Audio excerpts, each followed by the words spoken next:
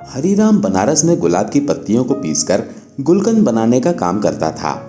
बनारस में उसकी गुलकंद दूर दूर तक मशहूर थी। उसका एक बेटा और एक बेटी थी।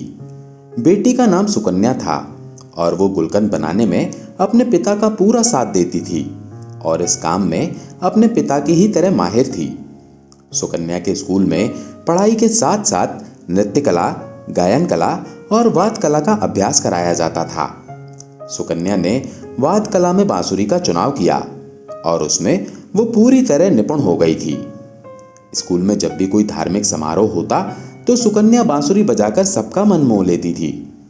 हरीराम बनारस में तो गुलकंद का व्यापार करता ही था, साथ ही वो हर शहर में जाकर गुलकंद बेचा करता था। इस काम में उसकी बेटी उसके साथ जाती थी क्योंकि उसका बेटा अभी छोटा था और उसका ज्यादा रुझान पढ़ाई की तरफ था। लेकिन सुकन्या को अपने पिता का साथ देना बहुत अच्छा लगता था। ऐसे ही बाप बेटी शहर शहर जाकर गुलकंद बेचकर अच्छी कमाई कर लेते थे। एक बार उनको वृंदावन में गुलकंद बेचने का सौभाग्य प्राप्त हुआ। दोनों बाप बेटी वृंदावन में एक धर्मशाला में ठहरे। हरीराम का नियम था, जब भी वो किसी दूसरे शहर में जाता तो सबसे पहले बनाई हुई गुलकंद को वो किसी मंदिर में भोग लगाता था। वृंदावन में आकर जब उसने गुलकंद बनाई तो उसने एक दोने में गुलकंद को रखा और अपनी बेटी के साथ राधा रमन जी के मंदिर के प्रांगण में गया और वहां जाकर गुलकंद से भरा हुआ दोना सुकन्या और उसके पिताजी ने राधा रमन जी के चरणों में रख दिया। मंदिर के पट अभी बंद थे। तभी सुकन्या, जो हर रोज अपनी बांसुरी का अभ्यास जरूर करती थी, वो मंदिर के प्रांगण में बैठकर आज राधा रमन जी को अपनी बांसुरी वादन सुनाने लगी, क्योंकि बांसुरी बजाए बगैर उसको चैन नहीं आता था। बांसुरी की धुन छेड़ते ही मंदिर के प्रांगण में ऐसा माहौल बन गया कि हर कोई उसकी बांसुरी की धुन सुनकर मंत्रमुग्ध हो गया। जब मंदिर के पट खुले तो गोसाई जी ने हरीराम और सुकन्या के लाए हुए गुलकंद के दोने को राधा रमन जी के आगे रख दिया। गोसाई जी, जो कि राधा रमन जी के हर भाव से परिचित थे, उन्होंने देखा कि आज राधा रमन जी के मुख पर बहुत प्रसन्नता का भाव है। उनके मुख की मुस्कान बहुत ज्यादा तीखी हो गई थी। उनके कटाक्ष नेत्र खुशी से और फैले हुए थे। गोसाई जी ये देखकर हैरान हो गए कि आज राधा रमन जी इतने प्रसन्न क्यों हैं। तभी उनका ध्यान मंदिर के प्रांगण में बैठी सुकन्या पर पड़ा, जो कि बांसुरी बजाने में मगन थी। गोसाई जी समझ गए कि राधा रमन जी बांसुरी की धुन सुनकर प्रसन्न हो रहे हैं। सुकन्या बांसुरी बजाने में इतनी मगन थी कि उसको पता ही नहीं चला कि कब मंदिर के पट खुल गए हैं। लेकिन जब उसने अपनी बांसुरी की धुन को विश्राम दिया और उसके नेत्र जब राधा रमन जी के साथ मिले तो राधा रमन जी के कटाक्ष नेत्र उसके हृदय को ऐसे भेद गए कि वो तो बस उनको देखते ही रह गई।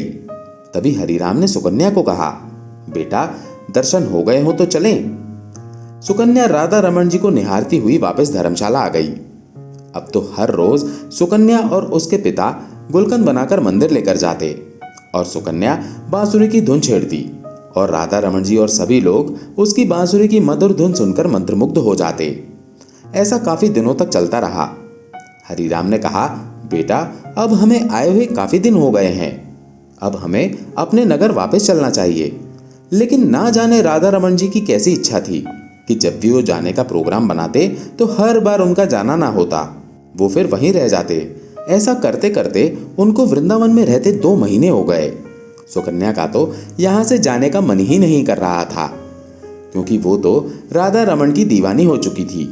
और उधर राधा रमन जी, जो कि आज तक अपनी बांसुरी की धुन से सारे वृंदावन में रमण करते थे, अब तो सुकन्या की बांसुरी की धुन सुनकर मंत्रमुग्ध हो रहे थे।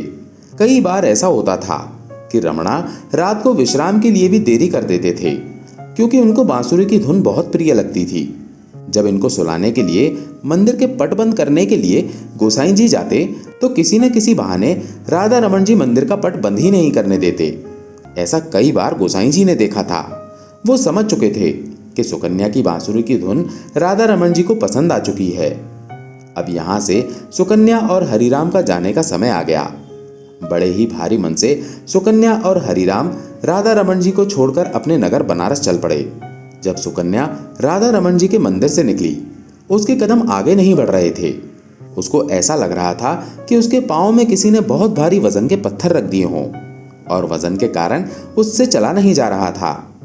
अब सुकन्या अपने घर बनारस आ चुकी थी, लेकिन उसका मन तो उस मोहिनी सूरत वाले, वृंदावन के कटाक्ष नेत्रों वाले, गहरी मुस्कान वाले राधा रमणा ने हर लिया था। अब तो सुकन्या का अपने घर बिल्कुल मन नहीं लगता था।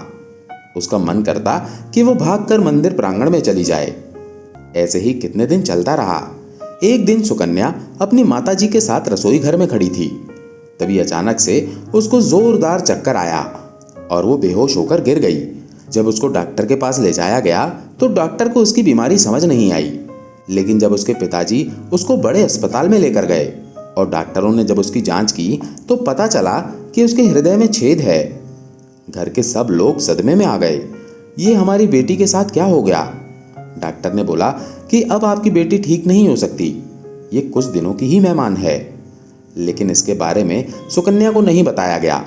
सब लोग उसको ऐसे दिखाते कि तुमको कोई मामूली सी बीमारी है और तुम्हें कुछ भी नहीं हुआ है। लेकिन सुकन्या को थोड़ा सा संदेह हो गया था कि उसको कुछ ना कुछ बड़ी बीमारी हो गई है। तभी एक दिन सब लोग बाहर गए हुए थे और उसने अलमारी में से डॉक्टर की दी गई रिपोर्ट देखी तो उसने देखा उसके हृदय में छेद है। लेकिन तभी उसको वहां उसके हृदय में एक आकृति दिखाई दी। जब उसने देखा तो उसने देखा कि ये तो राधा रमन जी की आकृति है। सुकन्या ये देखकर हैरान हो गई। राधा रमन जी को मैं वहां नहीं छोड़कर आई, बल्कि वो तो मेरे साथ मेरे हृदय में निवास कर रहे हैं। जब सब लोग घर आए तो सुकन्या ने ऐलान कर दिया कि वो आज रात को राधा रमन जी के पास जाएगी। लेकिन उसके पिताजी ने कहा कि बेटी, तुम्हारी तबीयत ठीक नहीं है, तुम वहां नहीं जा सकती। लेकिन सुकन्या ने तो ठान लिया कि वो वृंदावन जरूर जाएगी, ना जाने कब उसको मौत का बुलावा आ जाए। उसके पिताजी उसके हट के आगे विवश हो गए और उसको लेकर वृंदावन के लिए चल पड़े। वृंदावन पहुंचकर वो दोनों सुबह सबसे पहले राधा रमन जी के मंदिर अपने हाथ से बने हुए गुलकंद को लेकर और बांसुरी लेकर मंदिर में प्रवेश करते हैं। मंदिर में आज एक अजीब तरह की खुशबू आ रही थी। सब गोसाई लोग हैरान हो गए कि आज ये मंदिर में कैसी खुशबू फैली हुई है। लेकिन जब उनका ध्यान सुकन्या की तरफ गया तो सभी गोसाई सुकन्या को देखकर बहुत प्रसन्न हो गए और कहने लगे, अरे बेटा, तुम कहाँ चली गई थी?